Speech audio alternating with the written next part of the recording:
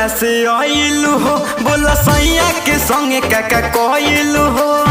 ए सखी सुना तारू, सखी ढेर दिन पर ससुरा से आइलू हो, बोला सैया के संगे काका कहलू हो। कहियो डलल के ना बूटा का डाका डाका।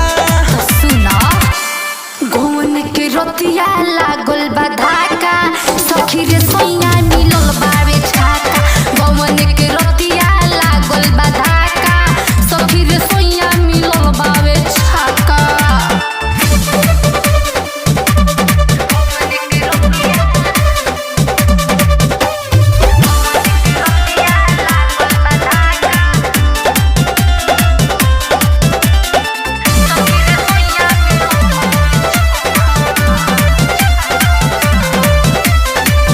बोला ये सखी कहाँ से शुरू कहले, कबो हमारू ना जियरा जुड़इले।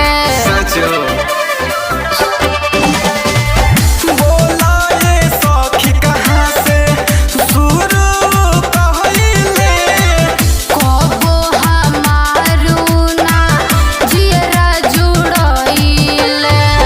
कहियो टकले के ना बूटा का टाका टाका। हरि का कही गवन के रोतिया लागल बा धाका, सखी रे सैया मिलल बावे छाका।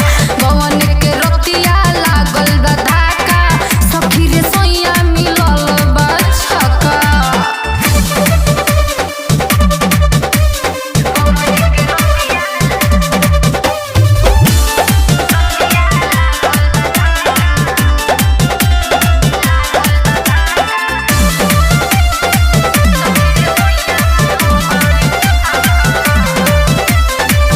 मिलला की ना ये सखी सुख ससुराबा, एकरा से नीक रही जैती नैहरवा।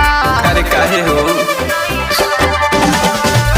मिलला की ना ये सखी सुख ससुराबा, एकरा से नीक रही जैती नैहरवा।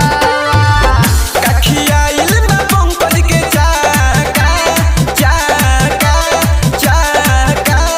हाँ तो सुना घून के रोतिया लागल बा धाका,